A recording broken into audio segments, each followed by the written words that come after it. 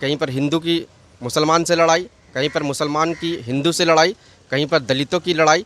हर जगह सिर्फ और सिर्फ नफरत ही नफरत आपको देखने को मिलेगा पूरे। गरीब तो बेचारा मरते जा रहा है, रोजगार नहीं है। देखिए बीजेपी और आरएसएस के गुंडा हर एक अभी गली गली में भर गए।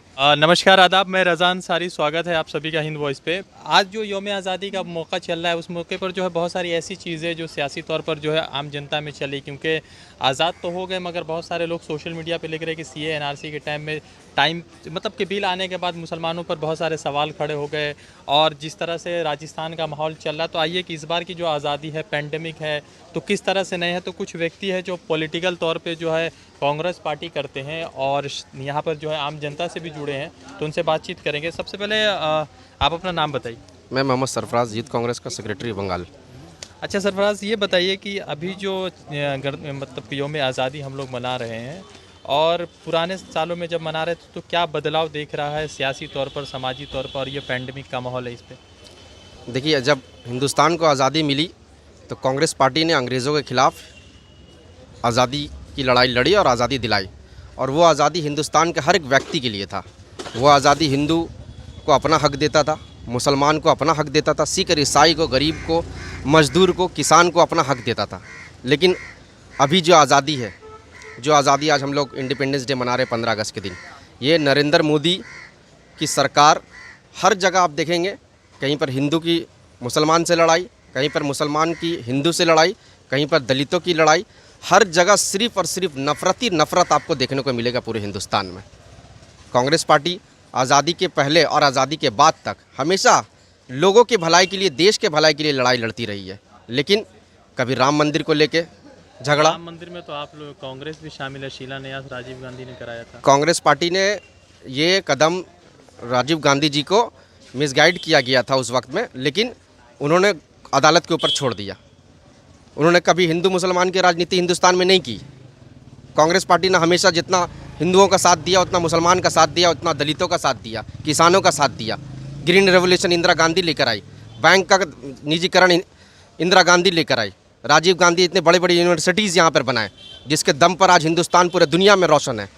अच्छा, एक बात बताइए कि जैसे अभी कोरोना का महामारी चल रहा है, तो आज़ादी जो मना रहे मतलब कि, तो बहुत बार ये देखा जाता है कि कहीं कांग्रेस, कहीं बीजेपी, ये लोग कहते तो ज़रूर है सोशल मीडिया पर या वीडियो में कि आप जो है सोशल डिस्टेंसिंग का पालन कीजिए, मगर ये लोग नज़र नहीं आता, क्योंकि कई बार कांग्रेस के लीडर आ जाते हैं, कई बार बीजेपी के लीडर जो है खुद सोशल डिस्टेंसिंग की धज्जियाँ उड़ाते हैं। देखिए, ऐसा होता क्या है कि जगह अभी जैसे हम ही लोग यहाँ पे खड़े हुए हैं, तो पब्लिक क्या है कि एक दूसरे से जुड़ने के लिए सोशल डिस्टेंस का पालन करना भूल जाती है। इसका मतलब ये नहीं कि कोई भी पार्टी हो जो सोशल डिस्टेंस को नहीं मानने के लिए उनको ये कहती है। कोई भी पार्टी ऐसा नहीं है जो सोशल डिस्टेंस को मानने के लिए मना करती है। लेकिन क्या है कि अब एक जगह भीड़ हो जाता है, लोग मना करते हैं, बात नहीं सुनते हैं, तो इस तरीके का हरकत हो जाता है। एक चीज़ ये और पूछना था, एक चीज़, कई सारे सवाल है। एक ये सवाल ये है कि अभी जिस तरह से राजस्थान का चल रहा है माहौल, आज़ादी का आज हम लोग जश्न मना रहे हैं, प्रधानमंत्री लाल किला से अपना भाषण भी दिए हैं, तो कहने का बात यह है कि पैंडेमिक चल रहा है और साथ ही साथ जो है कांग्रेस पार्टी है, बीजेपी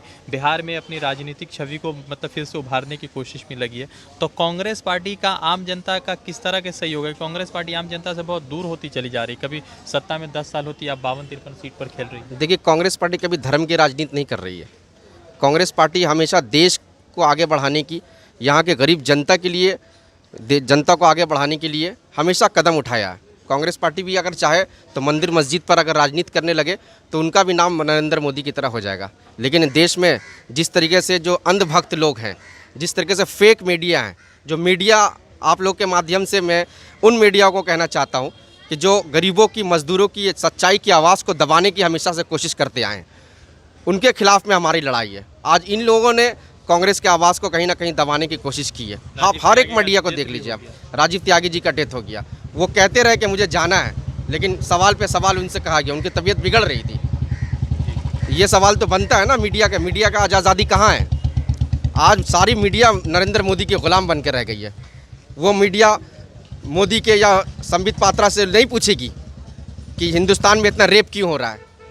कई माइल चल चल के मजदूर लॉकडाउन में जिनके पैर के चमड़े छील गए, औरतों की, नारी की बात करते हैं, वो औरत आज हाईवे के सड़क पर अपने बच्चे को जन्म दे रही है।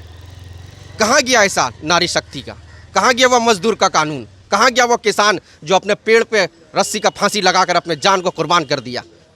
कहाँ गए थे नरेंद्र मोदी की सरकार? यूपी में नरेंद्र मोदी की सरकार है, सेंट्रल में नरेंद्र मोदी की सरकार है, मध्य प्रदेश में गैर कानूनी तौर से लोगों को धमका कर, एमएलए को धमका कर, पैसे देकर, काला बाजारी कर एमएलए को खरीद कर वहाँ पर सरकार बनाए। राजस्थान में भी वही करने की कोशिश की, लेकिन मैं सैल्यूट जनाना चाहता हूँ अशोक गहलोत को कि उन्होंने ये पूरी लड़ाई लड़ी। लोकतंत्र की लड़ाई थी, ये संविधान की लड़ाई थी। अगर ये संविधान वहाँ पर मर जाता तो कहीं भी बीजेपी पैसे से, गुंडागर्दी से, सीबीआई को लगाकर, ईडी को लगाकर कहीं भी सरकार बना सकती थी। अच्छा, एक बात बताइए, चलिए राजस्थान में तो कांग्रेस की सरकार है। अभी कुछ दिन पहले वहाँ घटना हुई थी कि एक ड्राइवर थे जिनकी जो है मॉब लिंचिंग करने की कोशिश की गई थी, जय श्री राम नहीं करने। तो ये तो हर जगह हो रहा है, ऐसा नहीं कि सिर्फ बीजेपी राज्य में चल रहा है। देखिए, बीजेपी और आरएसएस के गुंडा हर एक अभी गली गली में भर गए। कब किसको मारेंगे अपने राजनीति को चमकाने के लिए, ये बीजेपी और आरएसएस की पूरी चाल है। अच्छा, एक सवाल ये आ रहा है, जैसे आप बंगाल की राजनीति में है, बंगाल के यूथ कांग्रेस में जनरल सेक्रेटरी के पोस्ट पे, तो सवाल ये है कि अभी जो आप लोगों के अध्यक्ष थे श्री सोमेन मित्रा, उनका देहांत हो गया, निधन हो गया। अब क्या लग रहा है कि बंगाल में, क्योंकि 2022 है, उत्तर प्रदेश में 2022 में तो प्रियंका गांधी मुकम्मल तौर से तैयार है, मगर यहाँ 2020 में 21 का जो चुनाव होगा यहाँ पे, तो यहाँ पर क्या लग रहा है, क्योंकि भारतीय जनता पार्टी 18 सीट ला चुकी है लोकसभा के इलेक्शन में, तो आप लोग कहाँ पर है अभी? देखिए, कांग्रेस पार्टी, मैं तो यही कहना चाहूँगा अपने आला कमान से कि अभी सोमेन मित्रा जी का निधन हो गया तो अभी नया प्रेसिडेंट का गठन करना है, नया प्रेसिडेंट बनेंगे अभी। तो मैं अब आपके माध्यम से ये कहना चाहूँगा कि कोई भी प्रेसिडेंट बंगाल का बने, वो कम से कम 50 से 65 साल के बीच में बढ़े, जो पूरे बंगाल में दौड़ सके। कांग्रेस पार्टी का इतिहास हिंदुस्तान में कोई नया नहीं है। कांग्रेस पार्टी हमेशा से लोगों के साथ रही है। बंगाल में भी अगर कांग्रेस पार्टी के साथ पब्लिक है तो निश्चित तौर पे सीपीएम और बंगाल में कांग्रेस के साथ मिलकर हम लोग सरकार लगता है कि ममता बनर्जी के साथ गठबंधन हो जाएगा कांग्रेस? नहीं, ममता बनर्जी के साथ कोई गठबंधन नहीं होता है। जो कालाबाजारी करे, जो नारदा और शारदा में खुद लिप्त हो, जो गरीबों और मजदूरों का पैसा खाती है, उनके साथ में कैसे सरकार बना सकते हैं? अच्छा, एक व्यक्ति है, क्या नाम है आपका भाई? मोहम्मद आकिब ज़ैद। आकिब, ये बताइए कि अभी आप लोग चूँकि नौजवान हैं, कांग्रेस कर रहे हैं या आप सियासी तौर पर जुड़े हुए हैं, तो जो पिछले 4-5 सालों में जो सियासत का था और जिस तरह से अभी बदला है, क्या तब्दीली देखते हैं आप लोग? तब्दीली तो बहुत कुछ हुआ है वार्ड में, इलाका में, वार्ड में नहीं, मतलब कि पूरा बंगाल में चेंज ही हुआ है। जी जी। जी, नेशनल लेवल पे ये हुआ है, देख सकते हैं आप, जैसा कि हिंदुस्तान में भारतीय जनता पार्टी हर जगह गुंडागर्दी कर रही है, मॉब लिंचिंग कर रही है, पेट्रोल डीजल का दाम बढ़ा रही है, गरीब तो बेचारा मरते जा रहा है, रोज़गार नहीं है, युवा नौकरी के बिना मर रहा है। युवा नौकरी तो कांग्रेस उठा सकती है लोकसभा में। कांग्रेस तो उठा ही रही है, लेकिन सुनने के लिए तो कोई तैयार नहीं है। वो तो बोल रही है कि हर साल मैंने नौकरी 2 करोड़ दे रहा हूँ। मुझे दिखाए ना, लिस्ट दे, कहाँ 2 करोड़ नौकरी दे रही है, वो लिस्ट जाहिर करे ना। अच्छा, एक बात बताइए कि जो अभी आज़ादी चल रहा है, सीए एनआरसी के टाइम पर सारा लोग एक साथ थे, अभी क्या है कि थोड़े लोग जो है बट जा रहे हैं, ऐसा कुछ देखने में मिल रहा है? नहीं, नहीं, ऐसा कुछ नहीं है। अभी कोरोना का महामारी चल रहा है, सब लोग सोशल डिस्टेंसिंग के साथ है, सब लोग अपना सेफ चाह रहे हैं। ये देश है, कभी बटने नहीं देंगे हम लोग। हिंदुस्तान एक है, एक रहेगा। जी, शुक्रिया। एक व्यक्ति हमारे साथ और है, क्या नाम हुआ अंकल आपका? आफाक अहमद। आफाक चाचा, ये बताइए कि अभी जो जिस तरह से आप लोग आज़ादी मना रहे हैं, तो बहुत सारे जगहों पे ये देखा गया है कि अभी वैसा माहौल नहीं है, चूँकि कोरोना वायरस चल रहा है। तो आप लोग अपने तौर पर इन सालों में किस तरह की तब्दीलियाँ देखे हैं और अभी किस तरह की तब्दीलियाँ? पहले जो यौम आज़ादी मनाई जाती थी तो वो हिंदुस्तान के जो अवाम है एक जोश खरोश से मनाते थे, और आज एक तारीख़ के हिसाब से जो तवारीख़ है हमारी कि हाँ भाई मनाना है 15 को, इसलिए मना रहे हैं। आज़ादी बोले कुछ है नहीं अभी। अब आज़ाद मुल्क है। जो कांग्रेस पार्टी या नेहरू जी, जो गांधी जी मिल करके जो आज़ाद किए थे हिंदुस्तान को, तो आज आज़ादी तो है नहीं, आज तो डिक्टेटरशिप है। आप तरह की डिक्टेटरशिप आप देखिए, एमएलए को खरीदना है, एमपी को खरीदना है पैसा से। तो आप भी खरीद सकते हैं।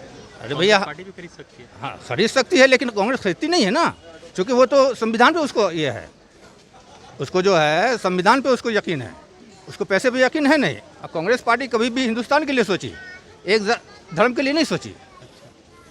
तो यही फ़र्क है पहले का आज़ादी में, अभी की आज़ादी में। अच्छा, एक बात बताइए, जैसे आप बाबरी मस्जिद का केस हो गया, भूमि राम जन्मभूमि का जो है ना भूमि पूजन हुआ, तो उसमें तो सारे लोग शामिल थे। कांग्रेस के राहुल गांधी ने ट्वीट किया, प्रियंका गांधी ने ट्वीट किया, तो अब तो वैसा कुछ रहा नहीं। अब तो सॉफ्ट कॉर्नर जो है कांग्रेस का भी हो गया। नहीं तो वो सुप्रीम कोर्ट हमेशा जो है ये कानून को माना कांग्रेस पार्टी, सुप्रीम कोर्ट का ऑर्डर है उसको मानना है।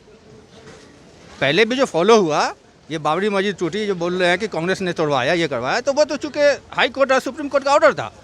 कल्याण सिंह ने वहाँ पे शपथ लिया था कि हम उसको कुछ नहीं होने देंगे बाबरी मस्जिद को, लेकिन उन्होंने तोड़वाया। तो जिसने तोड़वाया उसको आज कहाँ है सज़ा है?